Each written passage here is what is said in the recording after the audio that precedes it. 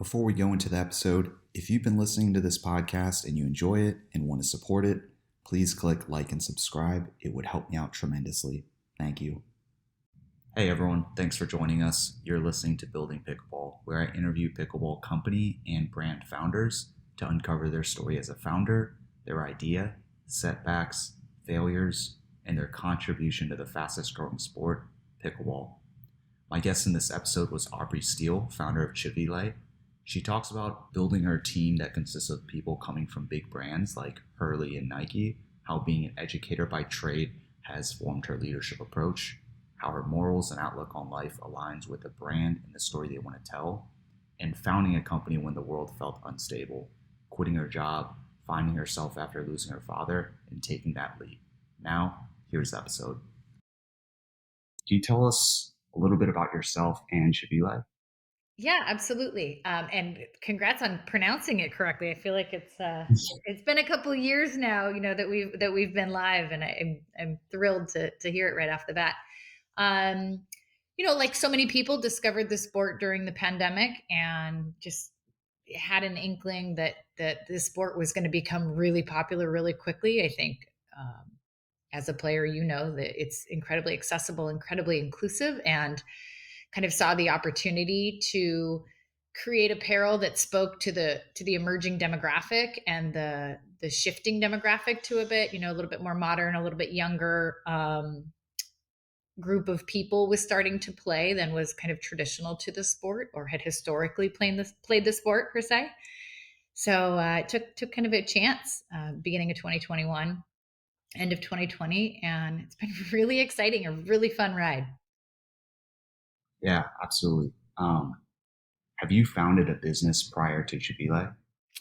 Actually, yeah, I know it's funny. My friend had a comment the other day. He said to me he's a recovering entrepreneur, and I laughed at it. I've heard serial entrepreneur before and other things. I am not a serial entrepreneur per se, but I did. I founded a company. Oh boy, 2009, 2010, with a girlfriend that I grew up with that I had known since junior high. It was a talent agency, and it is still in business. She runs it day to day and does an amazing job with it. So I have had, some of the experience of launching a company, but in a very, very different space. And so it was, I would honestly say none of what I did back then really lent itself to this, just because they're completely different worlds. But I do think obviously there ends up being some overlap just in formation and not just the fundamentals of forming a company, but I think more creating a brand and understanding all that comes with creating a brand, standing behind it, and everything it takes to get it off the ground. So, yeah. I'm glad there's not too much overlap because that makes this next question easy. What's been the biggest learning curve as far as founding a brand like Civile? I would say being in the apparel space, I think that there's so much to know, and I even have friends now that have created brands or are looking to get into the apparel space. And I think to the layperson, it's kind of this simple, well, I'll just get stuff made. And to an extent, that is a possibility. You can go out and buy fully made products, but where we wanted Chibile to get, and we're on our way there, is 100% manufactured by our own sew houses here in the States, local to San Diego, bringing jobs. And in order to actually manufacture apparel, it's a whole different ball game. And just the idea, the concept, and that it's this simple idea. We'll just have somebody make even like a t-shirt, like our performance tees that we manufacture. There are so many people involved, from pattern makers to even our the people that sew the shirts.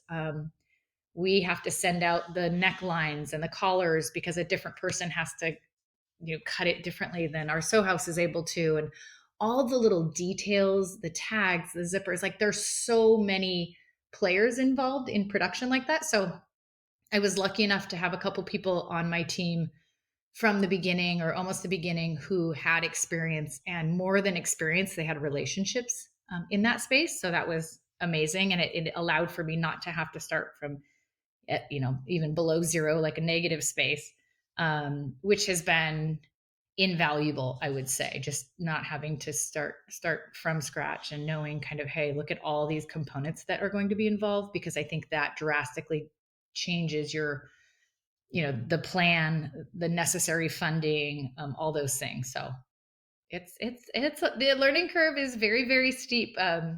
Just understanding all those elements. Yeah.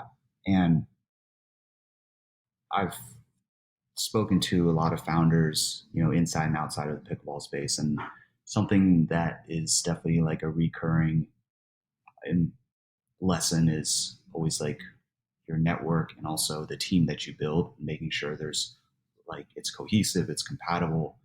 And speaking of your employees and team members that you hired and brought on board, I know that some of those employees are coming from big brands like Hurley, Nike, and other startups.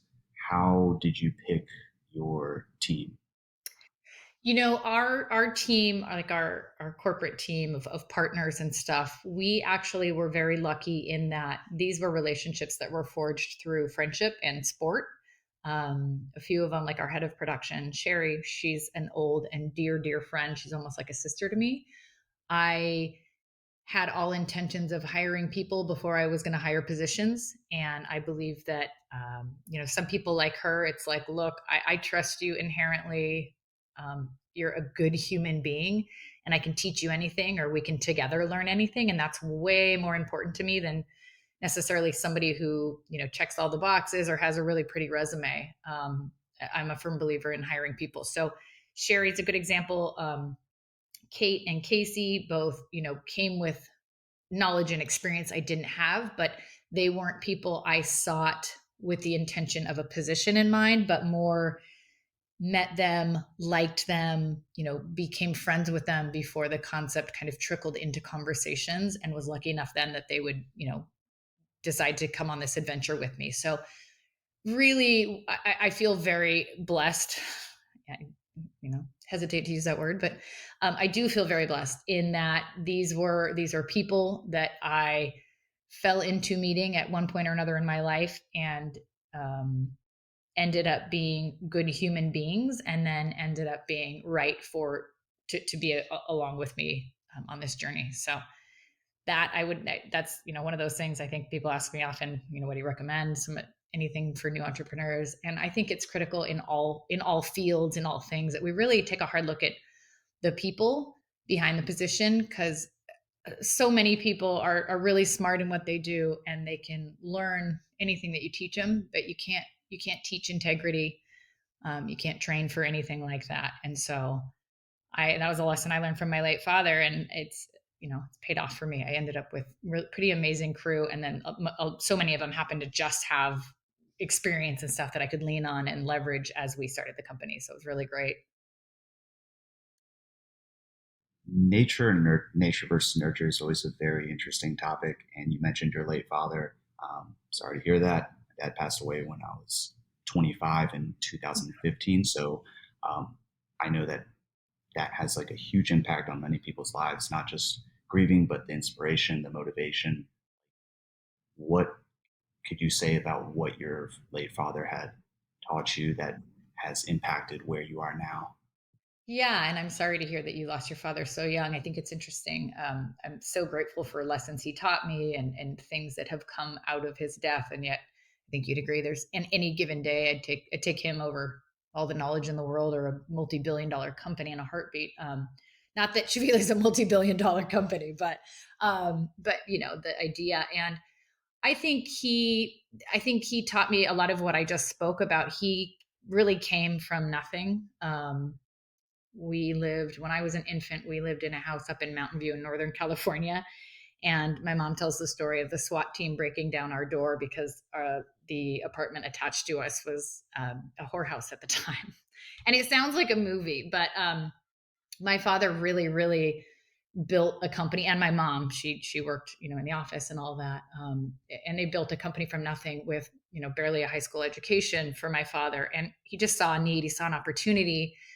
And he always said, you hire people, and you hire people to do the things that they can do better than you. So that humility to say, I know that I can take it this far, but I think that, or I can't take it that far. I don't have that knowledge, and really honor people, honor them, to do what it is that they do, and not assume that you can do it on your own or you can do it better. So I would just say building it up, having that kind of inherent hustle, but also then recognizing that everybody has value. And when you find people that, that you hire to do something, let them do it, let them run with it. And so I tend to think I kind of manage that way. We're all adults. If you say you can do something, I'm planning on you doing it and relying on it. And I'm really grateful for and humbled by the women around me who have been able to do that. It's been pretty awesome to see. You spoke briefly about your management style and letting people do their own thing. I agree, we're all adults. It's also very interesting to hear that your dad's input was like hiring people and hiring the people who do things better than you. So that means you have to kind of be vulnerable and you have to be able to admit where your gaps are. What other management techniques kind of come to mind that you may have learned before Civile, or maybe that you're learning now that you think is very impactful and important? Yeah. So, one thing that comes to mind, I was an educator by trade prior to Civile. I'd worked in a couple of other industries as well, but mainly in education for a number of years. And one thing that I understood, as a language teacher specifically, was sometimes even as much time as I put into a lesson plan and as much thought as I'm putting into what it is, the message that I'm trying to get across, you realize that oftentimes somebody needs a different style or different voice or different approach for input for them to actually absorb the information. And so I think it's really critical to remind ourselves that sometimes, with the best intentions in mind, if you're trying to get a message across, that to understand that people process information in very different ways.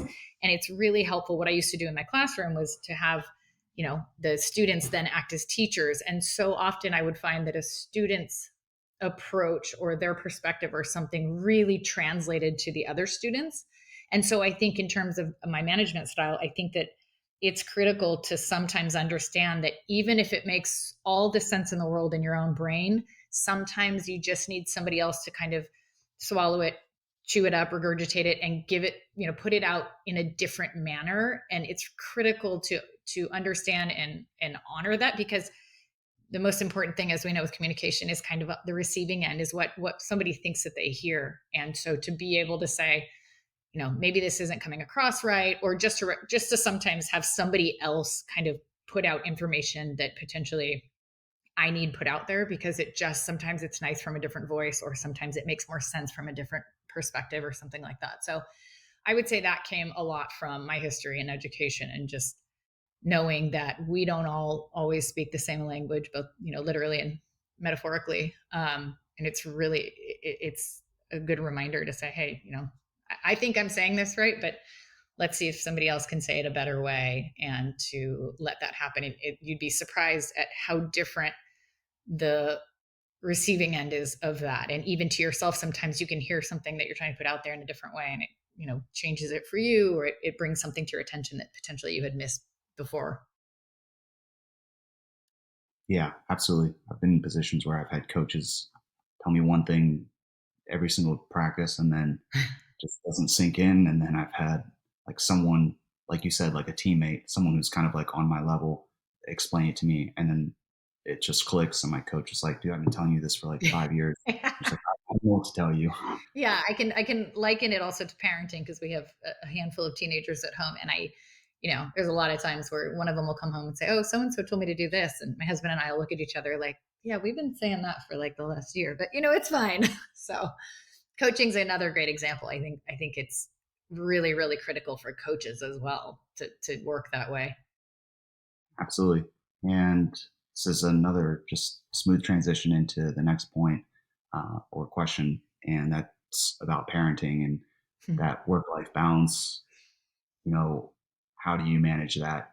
Obviously, Civile is very busy. You can see on the social media, you can see on the apparel, there's like you said, it's very modern. It's hitting a demographic that's not really being touched upon. So there's obviously a lot of work going into that. And I've tried calling you, like even earlier today. You seem very busy. How do you balance this between Civile and your family and everything else going on? I think you're either kind of made for it, or somebody asked me, and you spoke about nurture and nature earlier, is that, like, are entrepreneurs made or are they born? And you know as I'm thinking through the question you just asked, I feel like entrepreneurs are born. There are people that, and male, female, everything. There are people that this works for, and you can do a podcast on the road, or you can't, based on technology.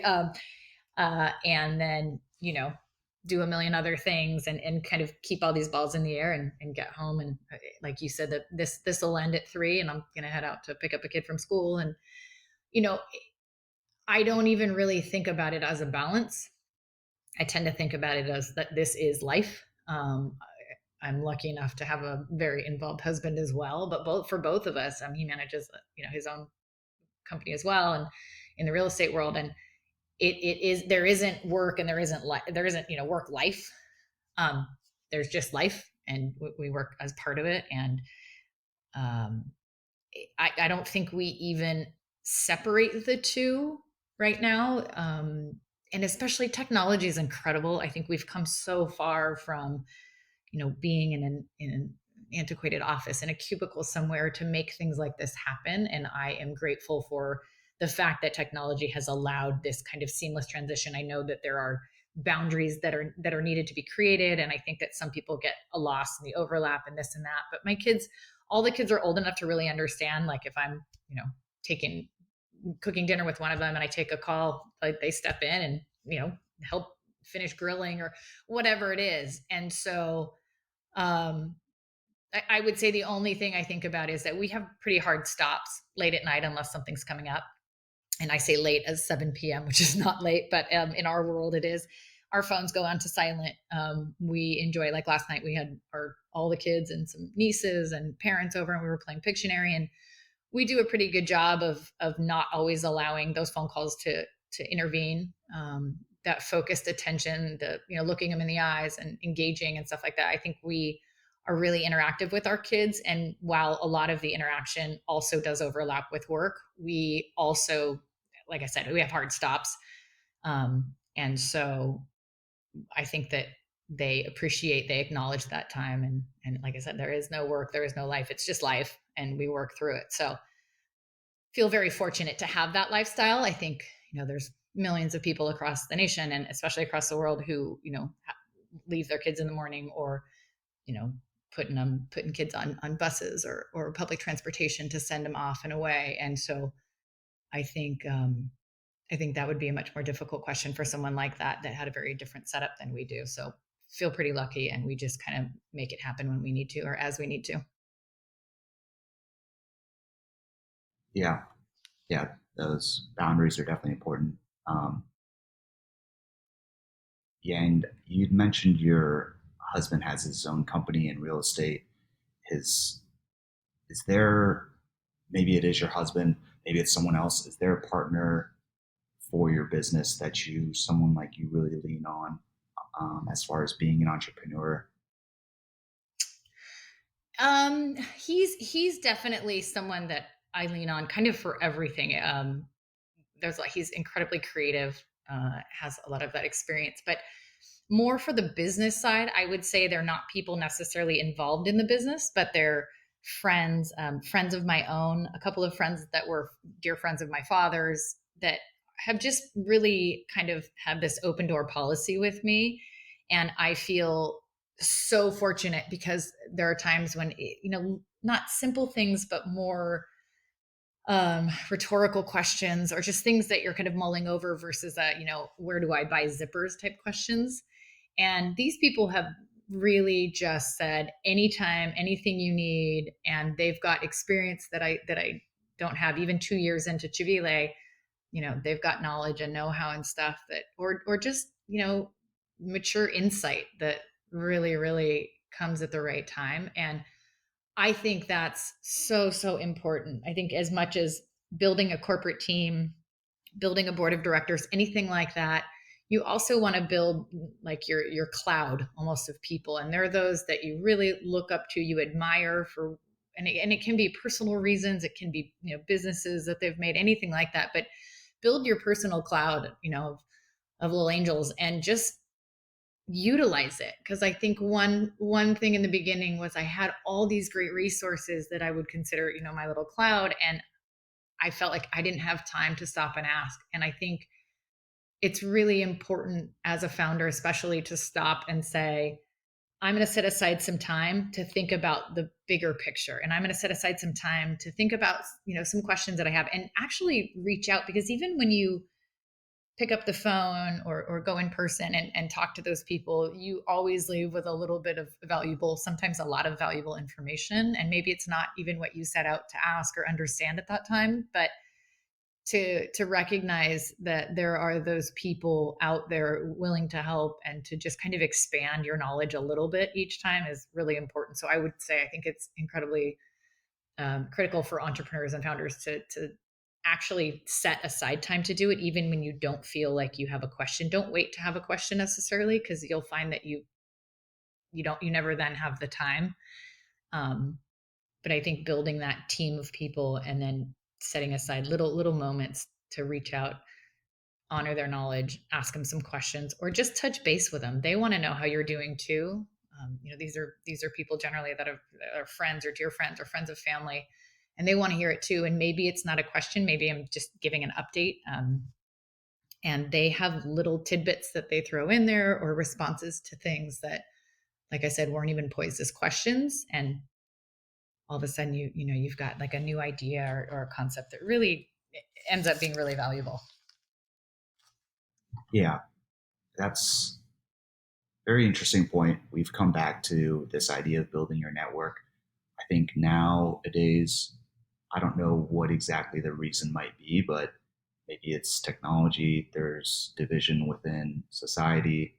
Sometimes it's just ourselves blocking ourselves. Maybe it's our ego, it's vulnerability. Like Steve Jobs, there's a famous quote and story about how he talked about sometimes all you need to do, like the biggest mistake people don't do is just picking up the phone. Yeah. And you mentioned a few things in there that's just different, which is not just always asking questions, but also touching base with people. How did you, maybe you've already kind of explained it, but is there a piece of this story that I'm missing of how you built this network? Again, I think some of this is serendipitous or fortunate happenstance that we are, I started Civile in the community in which I grew up. So we have really deep roots and not everybody has that luxury. But I think wherever you are trying to grow roots, show up for other people, show up for other things. And then what I did was, again, I had friends that I knew had created things, and they're not, it's interesting. It's not, especially with pickleball being, so new to the masses, it wasn't like these are friends that had created pickleball companies.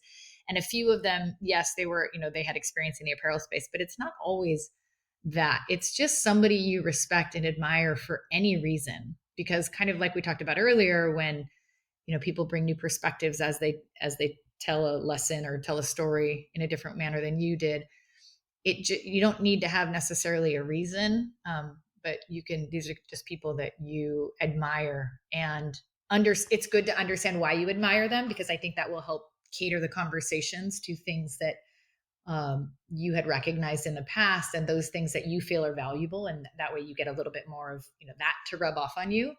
But for me, it was friends. Some of them were people I kind of had to ask almost to be a mentor. Like, for example, my girlfriend who I had started the other company with, who I've known for 6 million years now.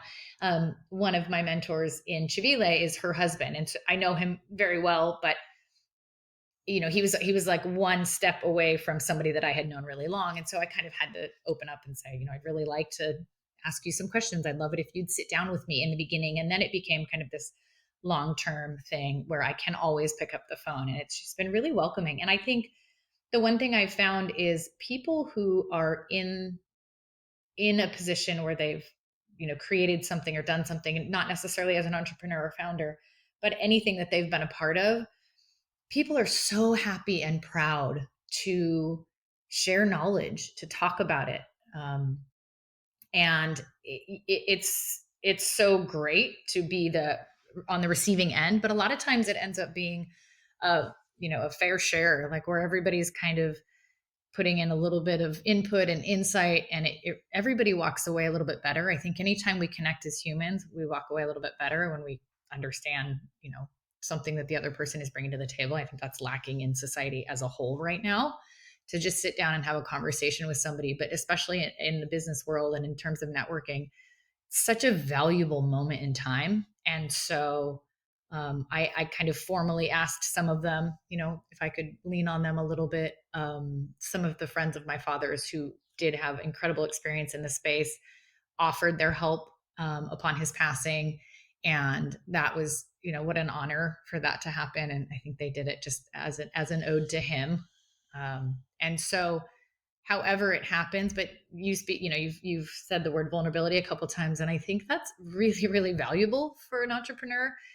Newsflash, if anybody out there's thinking about, becoming an entrepreneur, there are few things more humbling in this world. And I think that it's really, really critical. I think a lot of entrepreneurs, and very successful ones, that tend not to show vulnerability, but I find a lot of great things come out of vulnerability and showing our soft sides. And what you find with that is that there's somebody there that's willing to kind of help you build those things up. And that, what a remarkable feeling. And you get kind of all types of information and help and stuff like that when you're just willing to say, hey, I don't know the answer to this. I don't know how to go about this. And people want to share their knowledge.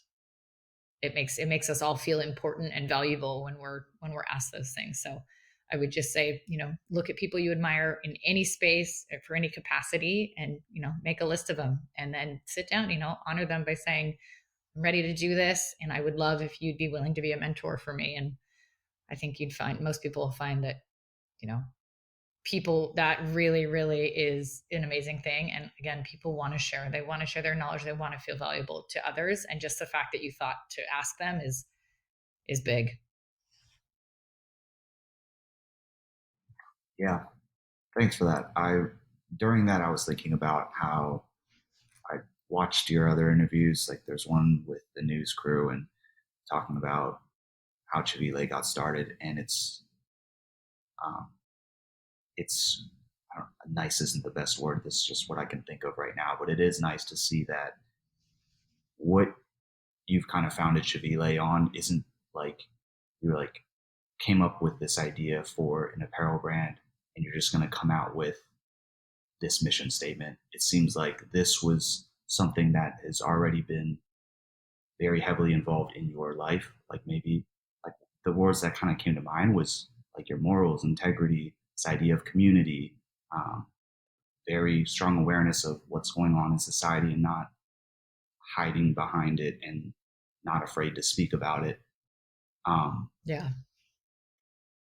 Yeah, I don't know where I was really going with that. I guess I want to call out that's nice to see that the mission statement isn't too far from who you are as a person. And um, Well, and it's what pickleball did. I think it's what I saw was not just, a broadening demographic and a shift in the age groups that are involved, but somebody wrote a great article.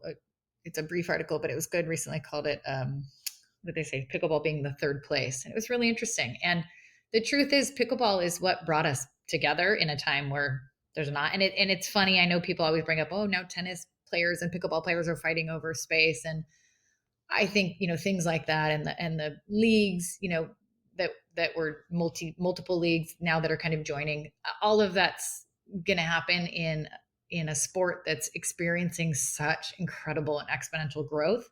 I think those are normal growing pains. But when you look back at 2020, and as we kind of lift our heads out of the pandemic, pickleball really truly was where people were gathering again when people had not gotten together. It was like I was saying about with our time with our kids. It was the time to engage. It was the time to look people in the eyes and create new friends and all of that. So it definitely was like, wow, something's happening with the sport. I anticipate that there's going to be massive growth with this sport, but at the same time, it was coming out of such a dark place and dark time. And all of a sudden, we had this venue, per se, we had this platform where we could show up and see each other again and engage. And it was considered, safe. It was at a safe distance and all of those things. And it really was kind of this remarkable. I think the pandemic was a major catalyst for the sport. I do think it would have experienced growth, but I think the pandemic kind of shot it up hugely because of that safe distance outdoors, stuff that allowed people to come back. And then, it's very addictive. So obviously it happened, but we truly saw it as the unifying sport of 2020 when we were ready to, we were all hungry for some humanity in our lives. And so it offered us that. So it's definitely like multifaceted, in the origin, Civile is, and it is true to that story. It's still where people gather and where people celebrate together and where people, we live very close to Bobby Riggs, and we were there about a week ago in the morning, and there was, all these players and balloons, and they were celebrating. And I think it's awesome. It has become a new way of celebrating birthdays and holidays. And I think it's absolutely wonderful to get up and have people moving who maybe might not be doing anything, a little more stagnant during the day otherwise. So it's been pretty amazing to watch how it's kind of permeated into so many elements of our lives, aspects of our lives. Yeah, I'm sure many people have said this before, and I've heard it in conversations, but it's interesting to how multi-generational this sport is, and just like different races, different genders, different views. Everyone's getting together. I can't really think of many other sports where people are connecting with people like double their age or other people half their age and having like a really fun time. But you've talked and mentioned about how fast the sport has grown.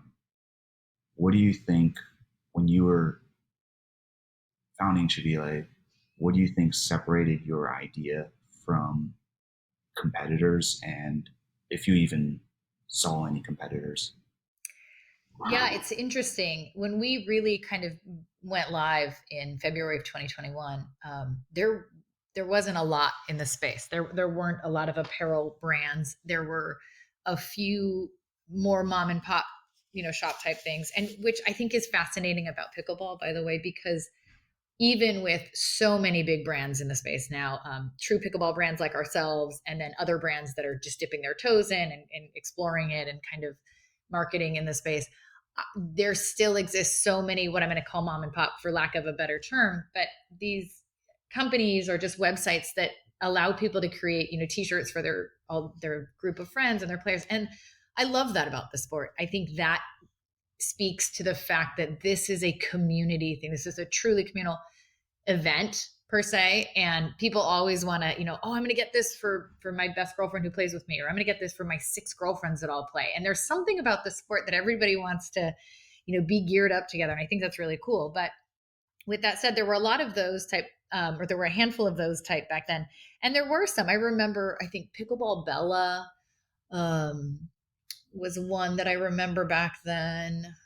There were only a handful, and it was great. I think, in terms of timing with, in terms of foresight with the sport, I feel that we were one of the earliest people in it to be a true pickleball brand, and really definitely a lifestyle pickleball brand, which kind of just spoke to the fact that there are competitors and professionals and leagues and all of that, but there's 36 million people that played last year at some point, one or another. And so many of those people are lifestyle people. They enjoy the sport. They want a t-shirt that recognizes them potentially as part of this tribe that we're all so excited to be a part of, but aren't necessarily, super high performance or sponsored type people. They're not playing in tournaments or anything like that. So definitely we were one of the early adopters, but there wasn't a ton back then. We are seeing now, obviously,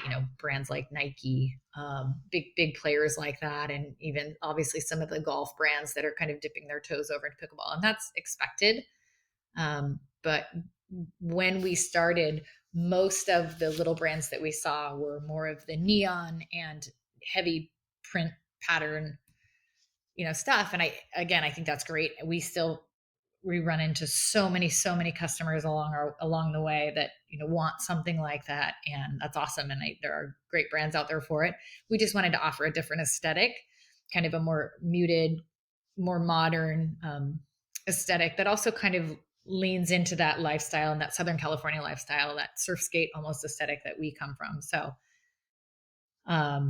it's interesting. There are a lot of people in it now still, but we do tend to kind of be one of the few that are true lifestyle pickleball, and it's but true to pickleball. It's been interesting to watch, people open up, and some big brands that just kind of dabble in it. We'll see them advertise in pickleball, or they'll create 3 designs of shirts just to kind of feel out the market. And I think as the data comes in from the last year, the numbers that the way that they are, I think we'll just continue to see it expand, especially with platforms like MLP. They're obviously the people that they're getting involved. They take pickleball to a whole new level in terms of eyes on the sport. And so I don't think it's going to slow at all for some time. So we're just kind of holding on to our boots and hoping we can keep up.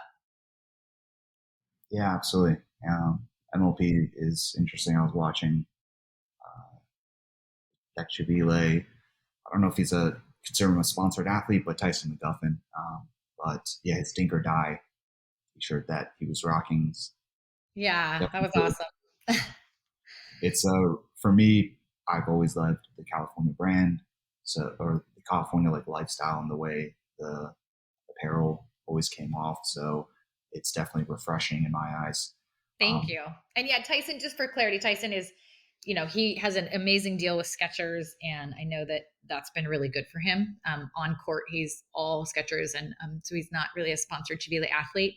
We're lucky enough at this point to call him and Meg dear friends, and I think that's awesome. And one of the things that we see, and that I'm really honored to say, is so many of the pros will reach out and say, hey, I really dig this shirt. Can I get one? And or something. And what we find is that they're going to be paid a lot of money to wear stuff on the court, but when it comes to what they're wearing off the court, or day to day during other play, they actually they like our designs. They love the way it feels. That shirt that he was just in is one of our performance tees, which is incredibly soft, but it has all the properties of a performance tee. And I'm really, like I said, I'm humbled to say that a handful of pros wear it because that's what they want to be wearing. And wow, how lucky are we? So I somebody sent me that picture of him, and snag snapshots of it when I can, but pretty cool. And they're definitely one of the most exciting faces in the sport for sure.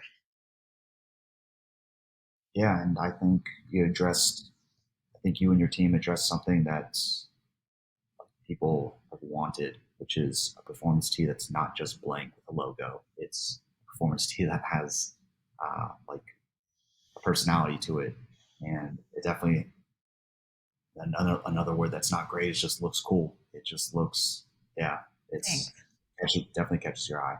Whoever designed that, big props to them. Thank you. Well, and the other thing, I think that companies like Viore, another San Diego company, they really changed the game in terms of what we wear and how it feels to us. And I've never been a big fan of, I always call it slimy for lack of a better word, but that really high, like shiny, high performance wear, like tees that your stuff that you get. It's never been my go-to. I really like a soft hand, and as we look to develop things, that's really critical for us. I want it to feel good. I want it to be something that you might sleep in. I want it that comfort level.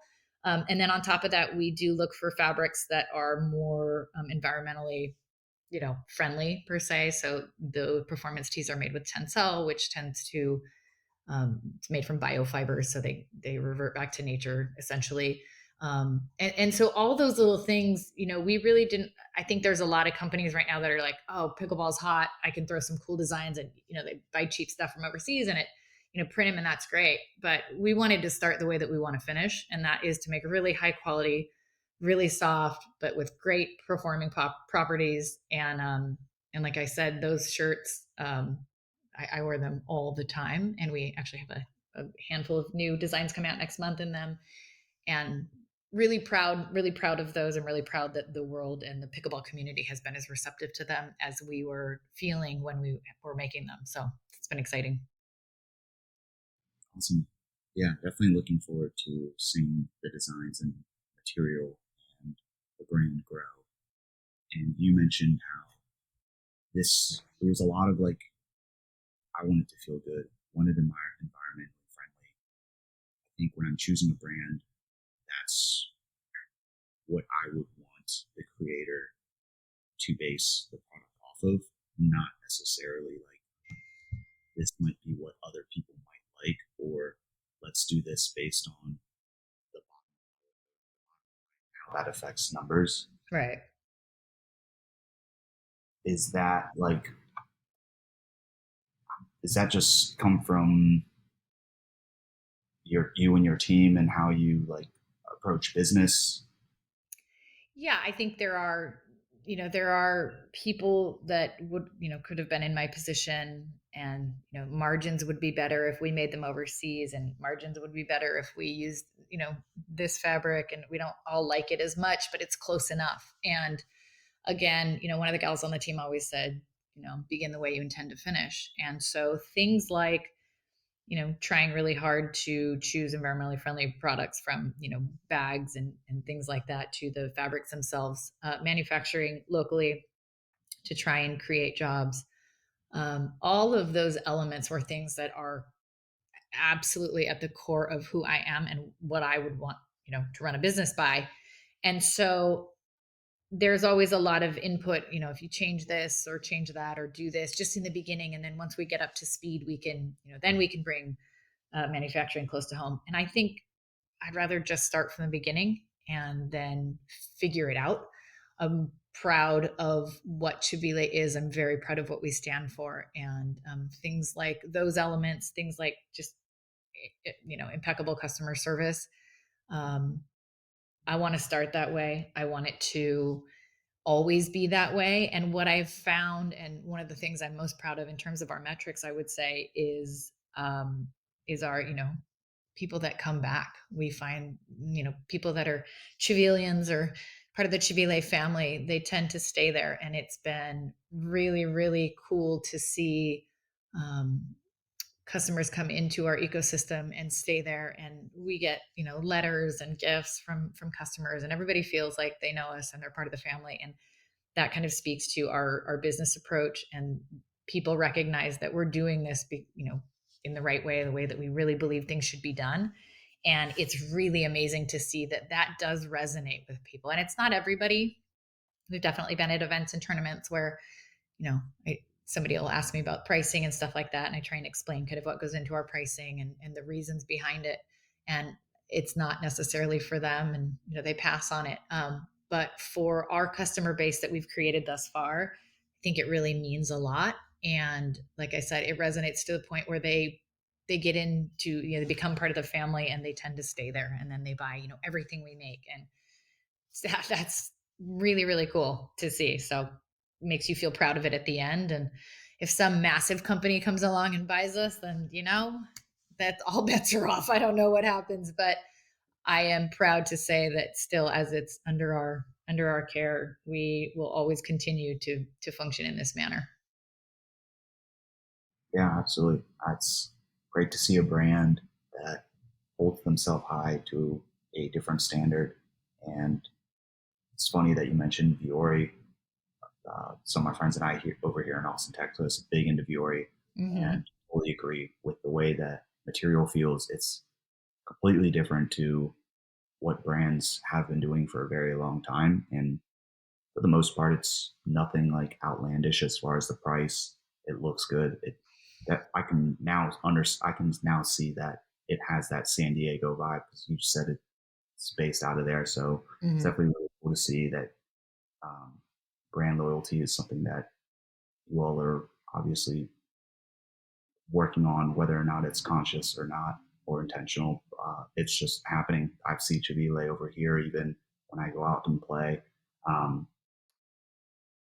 Yeah, that's when amazing. We love hearing that because we still think, you know, we're so tiny, but it's amazing to hear people spotting it across the nation. Yeah, um, obviously, I think when we look at a product, we always see the finished product. We don't get to see what leads up to it.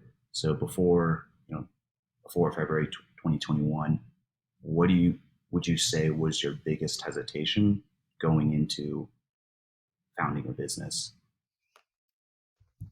Whew. um, just, you know, fear of the unknown. The world was really unstable at that time. I don't know that I'd love to say it feels more stable now, but you know, there's so much unrest in so many ways, you know. But I think just that leap that I had quit my job to kind of take some time to myself after losing my father, and very quickly thereafter decided to do this. And just the idea of, or the confidence to say I can do this. I tend to be kind of a who am I to think I'm, you know, if I can do something like this.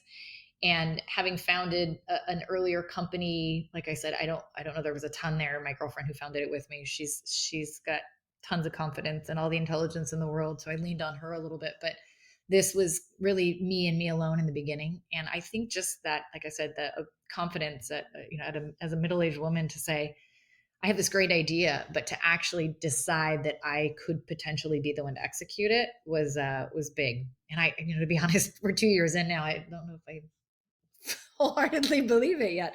But it's definitely not for the faint of heart. I think in addition to that, just the naysayers, the ability to kind of filter through commentary, decide what that's coming in, what, you know, what of the input is constructive criticism, and how to, you know, what to do about it, how to pivot or shift according to, you know, some of the input coming in, and what of it is just, you know, people that are worried about me taking a leap like this, or what if it's just, you know, people that don't understand it, or don't want to see you succeed. I think that's the biggest thing that holds you back, is just the ability to say, this is a great idea and I can do it. That's a huge thing, I think, for every entrepreneur, because I think everybody I know has had moments where you're like, oh, you know, it would be so cool, or, you know, it'd be such a great idea. But that moment where you actually say, I'm going to, you know, take some money, set some money aside, and put every egg I've ever laid into this basket, was really, really terrifying, you know, for lack of a better term. Yeah. If you weren't doing this, what would you be doing? Is, you know, Bora Bora an option? I I don't, that's a great question. I don't know. I'd be probably, you know, just working every day and playing board games with my kids just like I do now. It's funny because I think people look at the company, and especially being a founder or entrepreneur, as this, you know, somewhat glamorous thing, and it really never is. It's exciting. I'm honored when people are excited to meet me and my husband when we're out and about, at tournaments. Um, but besides that, you know, it's a job at the end of the day. It's a very meaningful one. It's a humbling one. It's incredible to flex creative muscles at it.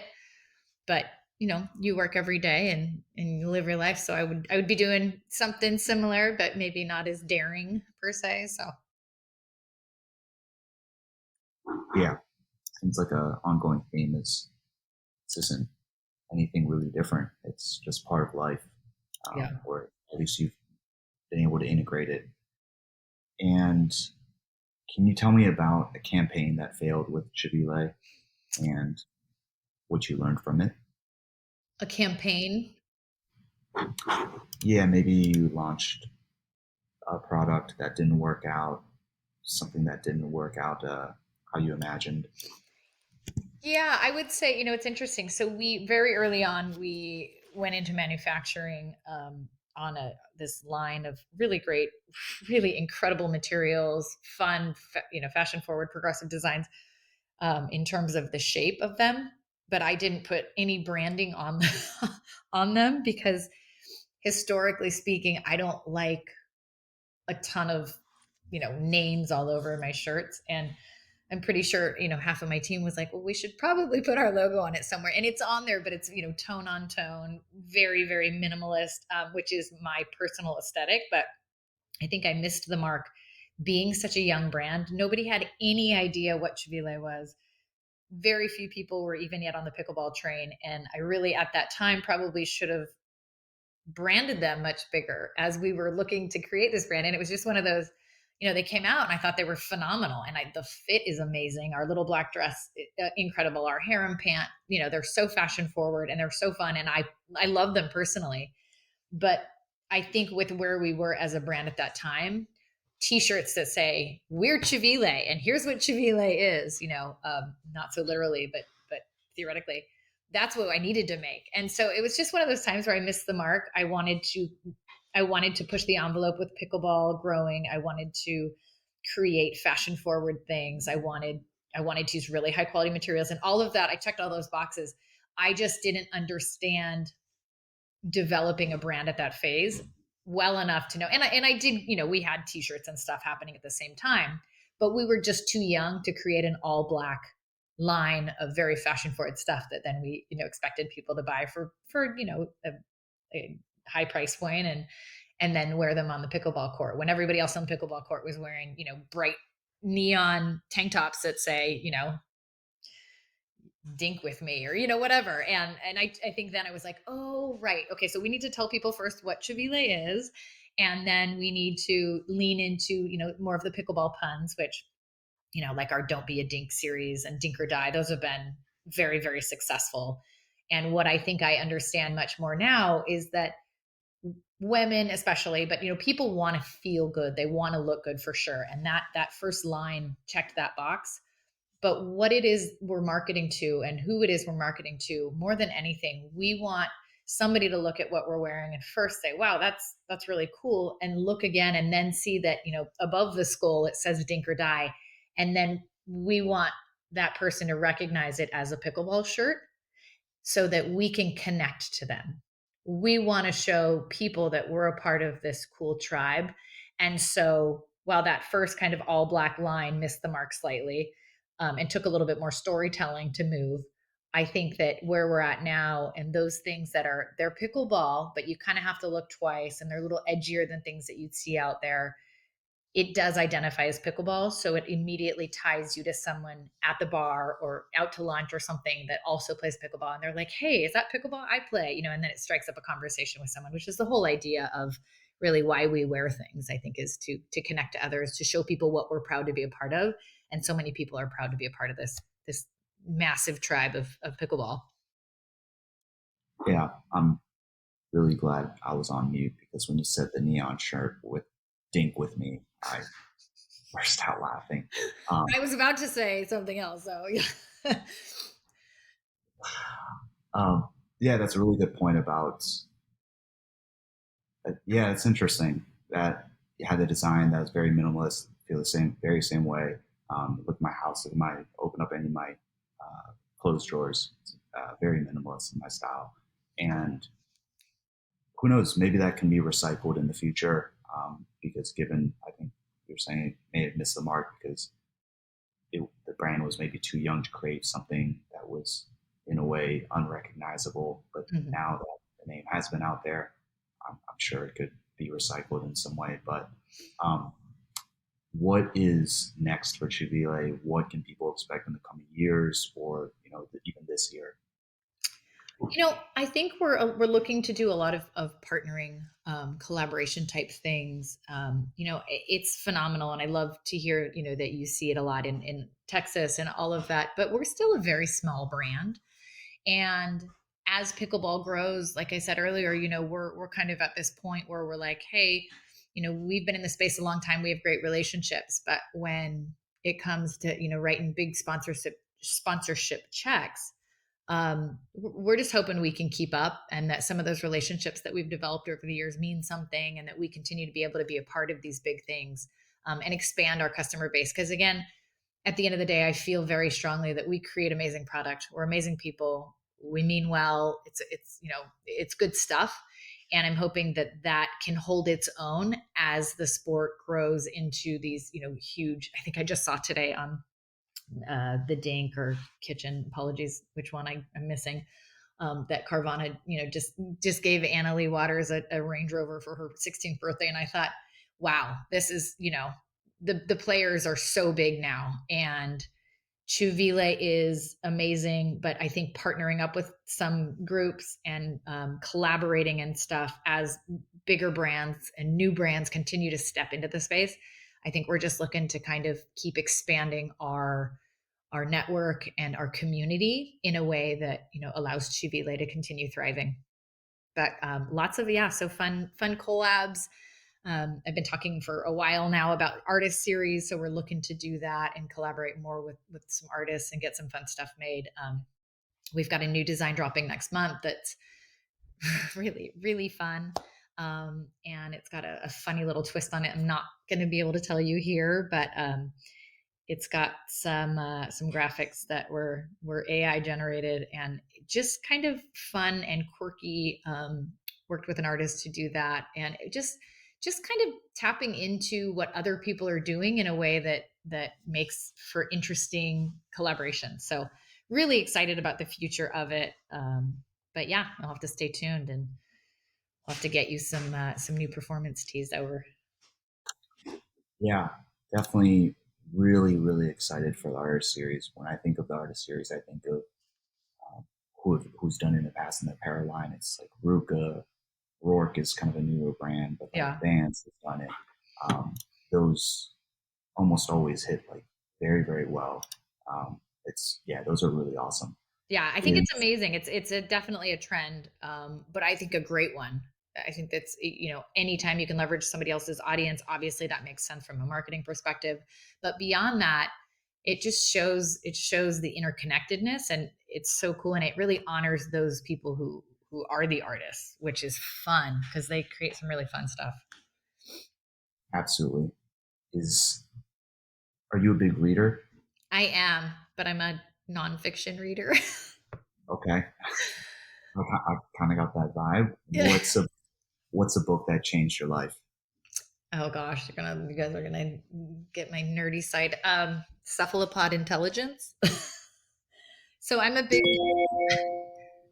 reader. I'm a big fan of brain books. Anything from, I just read Consciousness Explained. Anything that talks about, why we do what we do, and hemispheres, and all that stuff. But cephalopod intelligence is a fascinating look into things like jellyfish and stuff like that, and how they exist in a way that is contrary to what we understand is possible, in terms of their thinking and things that show that they're thinking. And didn't change my life in necessarily anything that applies to Civile, except for the idea that you never, you can look at a jellyfish, which seems to have no heart and no brain, and it's just clear nothingness.